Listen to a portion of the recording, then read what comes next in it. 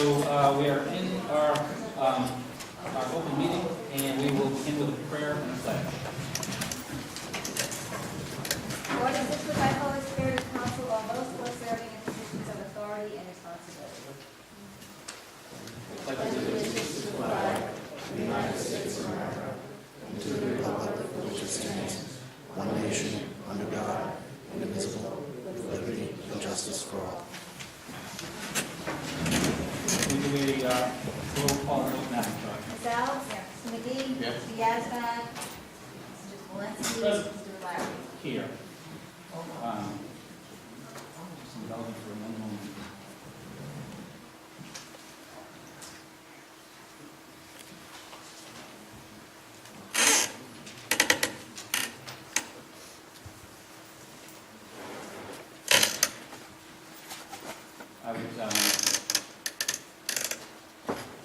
I received word this afternoon of the passing of Robert E. Mowry, Sr., former chief of the Primrose Volunteer Fire Department, somebody who also devoted numerous years in service to this town, and I would just like to take a moment of silence.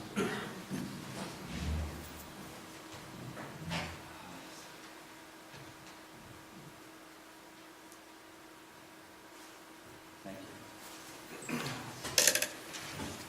So the next item on the agenda is item number 4, amendment to North Smithfield Comprehensive Plan, maps V1 and V2, to allow plat 17, lot 14 to be changed from RS to VH with appropriate transition restrictions.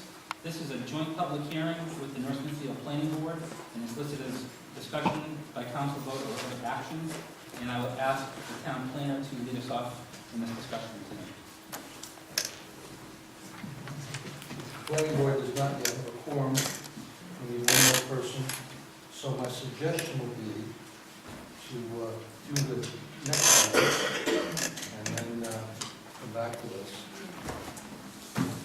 Okay, so the next item is item number 5, amendment to the North Smithfield zoning ordinance map. It's listed as a petition to rezone property described as assessors plat 17, lot 14, located off Eddie Dowland Highway from residential suburban to business highway, by Des Moines Realty LLC, otherwise known as Anchor Subaru, listed as two items, sub-items. Continuation of public hearing and discussion by council vote for other action. And I believe that at the request of the applicant, this is being requested to be postponed. Well, not quite. As soon as a master plan comes into play, the order of operation goes to the planning board first to review the master plan, and then send it back to a conditional approval, send it back for the zoning change. Now, as you recall, in the past, we have had zoning change requests with no associated plan, and the town council has made those. And we started out with the same situation here, nothing before the planning board. A pre-app is not considered a plan. The first stage is the master plan. Once they submitted their master plan to the planning board, the order changes. So we have to continue this so that the planning board can hear it first on Thursday night, where there will also be a public hearing at the master plan level. So still seeking this to be continued to a date certain. That's right. And the dates that I'm looking at April 7th is our next meeting, which is beginning to fill up. April 21st has currently 2 items on the agenda so far, tentatively. I would definitely prefer April 7th, because I think we need to proceed with this on a continuous level. It may not, the planning board may not have made a decision by then, and then we can continue it further.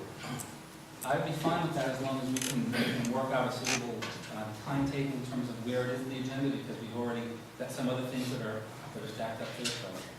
Mr. President, I just wanted to indicate that, as Ms. Erickson indicated, we're not sure the planning board will be completely done on Thursday. I spoke with Mr. Benoit, who obviously is the principal in Benoit Realty LLC, who is the applicant in this application.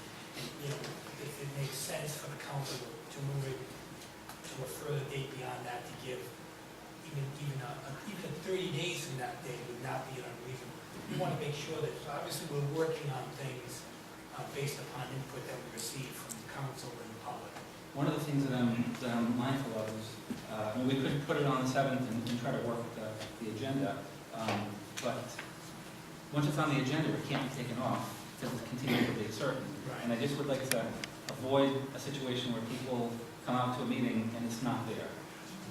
So my preference would be to go to the 21st unless anybody else has any other input. Unless you I think really I like would- to push for the No, I think we would say, we'd actually be willing to do that May 5th. That way we know that we would have ample opportunity.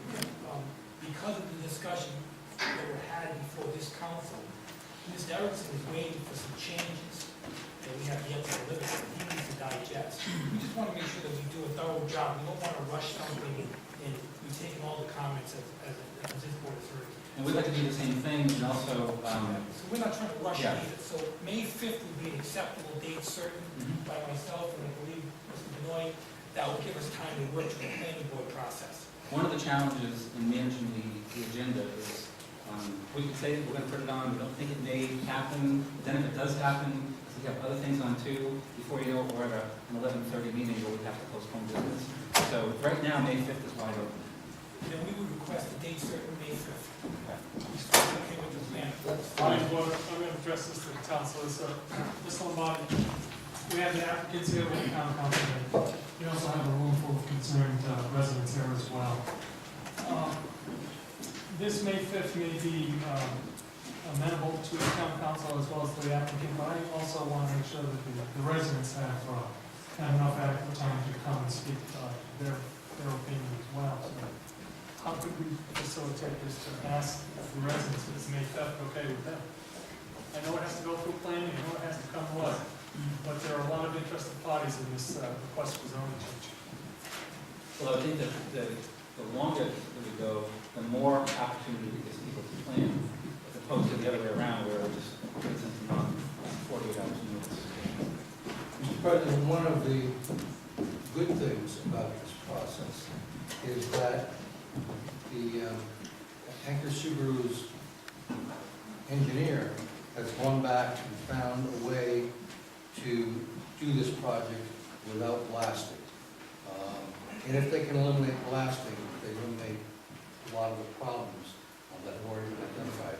So in any proposal that is in any way complicated, sometimes you have to go back and forth and reconsider what you presented, come back with something new. So I think May 5th is fine. I would be happy with April 21st if the butters prefer that date. But I can't guarantee you that it'll all be ready on April 21st. Now, on Thursday night, there will be a chance to hold another public hearing and have more knowledgeable design input from members of the planning board and staff that normally couldn't take place or wouldn't take place at the town council level. And that's why the state law requires the planning board, once the plan is in play, to take first shot at it and then send it back to the town council. Is there a motion to continue this item to May 5th? This is the item 5, amendment to the Smithfield zoning ordinance map. Mr. President, before the motion is made, I'd like to point into the proposal question. Yes.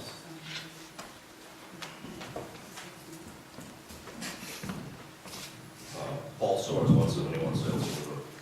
I came here this evening prepared to speak to the issue, and it's new subject matter, not things that I'm going to go over that we've already talked about. I have everything that I need to make this presentation, and I would prefer to do it this evening. I have not, just started tonight.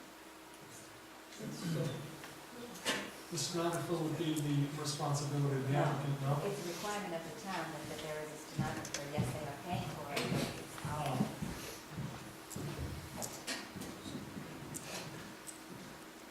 I think that My preference would be to continue this as we're discussing to continue the 5th. So if I may ask Mr. Erickson, Mr. Erickson, planning board meetings, thank you, Mr. President. Planning board meetings, you'll have a recording secretary there, but mostly not for Thursday night.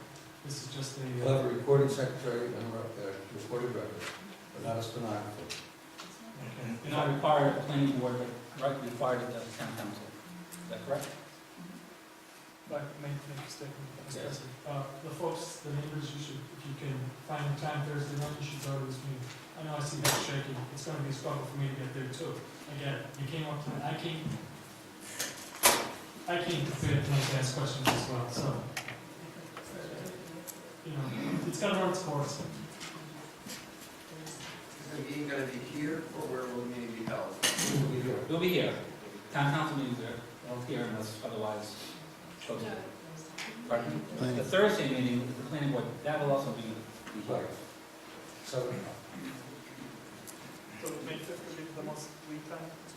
Pardon me? Would May 5th provide the most lead time? Is that the date? May 5th seems to be the preference. Okay, Mr. Flaherty, I'll make a motion to continue this discussion by town council as well as the applicants for the property known as Assessors Plat Lot 14 located in the Down Highway for a zone change from RS to Business Highway. Continue. Excuse me. Motion by Mr. Walensky, is there a second? Second by Councilor Alves, is there any discussion? Mr. President, you're going to continue both items. We're going to continue the continuation of the public hearing and discussion by council vote or other action. I'll amend my motion to reflect that, Mr. President. So noted. We have a motion that's been seconded. Hang on, main motion recommended that Ms. Alves, would you amend? Is there any further discussion? Roll call vote, please. Ms. Alves? Yes. Ms. McGee? Yes. Mr. Gaspar? Yes. Mr. Zelinski? Yes. Mr. Flaherty? Yes. So does the planning board have a quorum at this time? Yes, I do. Okay. So we will go back to item number 4, amendment to North Smithfield Comprehensive Plan, maps D1 and D2, to allow plat 17, lot 14 to be changed from RS to BH with appropriate transition restrictions. This is listed as a joint public hearing of the planning board and discussion by council vote or other action. and let me explain this in a broader context to bring everybody up to speed on the history of our comprehensive plan and the state law. The planning board has already found the proposal consistent with the comprehensive plan. The requested zone change. However, there are 2 maps in the comprehensive plan. One, the most important, that I have a number of copies here tonight. The most important shows proposed zoning district changes. Well, did you pass these on? Anybody who wants them. On the front is the map, which is not, I had nothing to do with this map, but it's a little cryptic, and on the back it explains what those numbers mean. And the last one that would be added is number 63, RS 40 to BH, land behind auto dealership requires appropriate transitional restrictions. Now, the reason we are doing this, and an associated map that shows everything in the aggregate, is because the state law used to say that you had to get all your zoning consistent with the comprehensive plan within 18 months. And when I came here, we had these 62 items still on the table, and the 18 months had gone by. It was over. Now, the cases that were before the Superior Court at the time, one of them actually mentioned that the 18 months was mandatory, but that only applied, in that case, to a plan that had been approved by the state, by statewide planning. So, knowing that, we withheld seeking approval from the state because we did not want to fall into that situation. Now, Superior Court is not case law, it has to be a Supreme Court decision. but we were in a precarious position, so that's what we did. Now, in 2011, there was a case that went to the Supreme Court involving the development in East Providence. And in that case, both the Superior Court and Supreme Court held that the 18 months, which is still in effect, was directive but not mandatory. So that took us out of the fire. And the state subsequently repealed that section of the law, and so 18 months is no longer in play. There is in effect no time limit other than what the town wants to do for itself. Now, this case involving the maps basically was a creature, basically was an issue specific to East Providence, where they had tied their zoning to the comprehensive plan to a specific section of zoning. We didn't do that, we never did that. And you may not have known when you passed it in 2006 that you were actually passing, it said land use map, but it was actually a future land use map, a combination of present and future. It was an aggregation of all the proposed zoning changes. Now, the proposed zoning changes could be proposed and never done. In fact, the first 4 that we did in last year, 3 of them, 1 didn't get past the planning board, 2 more were denied by the town council, I think appropriately, and 1 was passed. So out of the 63, out of the 62 items, we've processed 4. And by putting this one in, we make the process bulletproof going forward. If we hadn't put it in, nothing would have happened. But this is just a way of making the process bulletproof and recognizing the existence of a case law that probably doesn't apply to our particular case. So that's where we are, and it consists of 2 maps. The most important one is this, and the other is the aggregate. You have it in your packets. The other is the aggregate of all the land use. Land use. Pardon? Yeah, it's that one. Of all the land use maps, or all the land use parcels. And so the issue is, does the town council and does the planning board wish to make this an option? It doesn't mean it has to happen, it just means that it's available as an option on that map. Now, what I suggest is that we have the public hearing. It's a joint public hearing, and the planning board, depending on how you prefer to do it, Mr. President, could ask the first set of questions, and then the town council, and back and forth, or we could all ask them at once. But it would be nice if we could go back and forth so that Mr. Naylor, Chairman Naylor, will be able to process his side, and you will be able to process your side. And then we have public comment, and from there, we can either take a vote or continue this to a future date. And in the case of the planning board, it will go directly to Thursday night, on May 20th. I have put that on the agenda as a contingency, and you can then select when you want to do it. But that's the process. Can I come back to the map for just a moment? Yes. Because this map, I believe, is a map that, if you open up the comprehensive plan, Yes. that's what you see. So, can you instruct us, once again, what, if anything, is changing on this map? The thing that would change is that one parcel in Plat 17, Lot 14, the one in question, would be eligible for conversion to a BH zone, business highway, from RS 40. That's it. That's the whole change to the map. I have to admit, I'm not sure that I'm following which one is 17, 14. All right. I have, See this item 63? yes. Okay. Item 63 on this yellow map is that one lot. And on the back, it explains what's going on with that one lot. That's the lot that's been in question ever since the beginning. That lot behind the dealership, which is currently RS40.